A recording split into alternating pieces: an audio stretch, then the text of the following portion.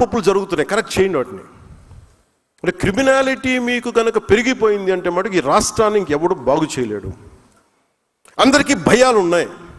వాళ్ళు ఐఏఎస్లు కావచ్చు, ఐపీఎస్లు కావచ్చు, వాళ్ళందరికీ వ్యవస్థను అందరం చంపేశారు. పొలిటికల్ లీడర్షిప్ మెల్లిగా వ్యవస్థను చంపేస్తుంది. అంటే ఒక అధికారి వస్తే, ఒక పొలిటికల్ లీడర్షిప్ 10 మంది అనుకుంటే తప్ప ఏమి చేయలేని పరిస్థితికి వచ్చింది. మీరు అలాగే నేను కొన్నిసార్లు ప్రైవేట్ సెటిల్మెంట్స్ మనం చేయకండి. మీరు ఒకళ్ళు చేయాల్సి వస్తే అది చాలామంది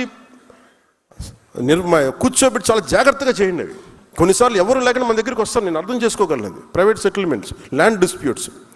కానీ దాన్ని మీరు అవకాశంగా తీసుకొని, మన పదవులు అవకాశంగా తీసుకొని దయచేసి అవన్నీ చేయకండి. అది ఎందుకు అవుద్దంటే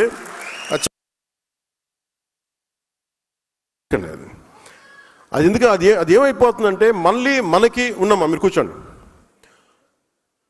అది ఏం జరుగుద్ది అంటే మనం కనుక ఇలా మనం కనుక కరెక్ట్ చేయకపోతే మనకిను ప్రీవియస్ గవర్నమెంట్కి తేడా ఏముంటుంది అది మీరు ఆలోచించండి.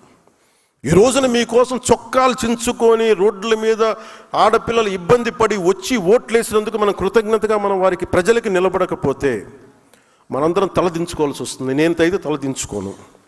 నా పార్టీని మొత్తం ప్రజలకే, నేను ప్రజల సమస్యని నేను వినదలుచుకున్నాను.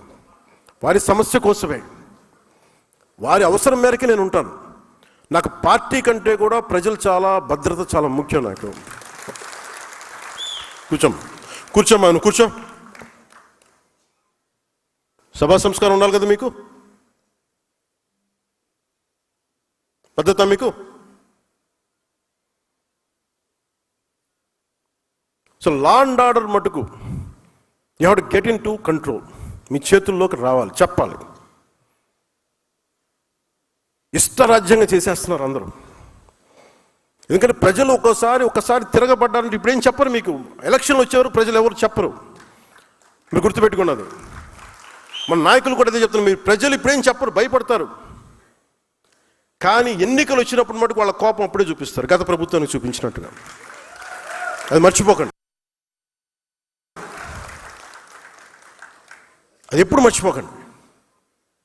సమస్య కోపం వచ్చిన రోజున వాళ్ళు ఏం చేస్తారు, మనం అప్పుడు కష్టాలు వస్తాయి. నాకు ఎందుకు భయం లేదని, నాకు ఓడిపోయినా గెలిచినా నేను ఎప్పుడు మారలా. నేను ఎప్పుడు ప్రజల కోసం పనిచేశాను, ప్రజల కోసమే పనిచేస్తాను.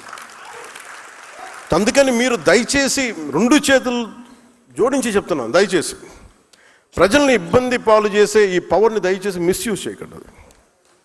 నేను మిస్యూజ్ చేయను. మీరు మిస్యూజ్ చేస్తానంటే చూస్తూ కూడా కూర్చోను.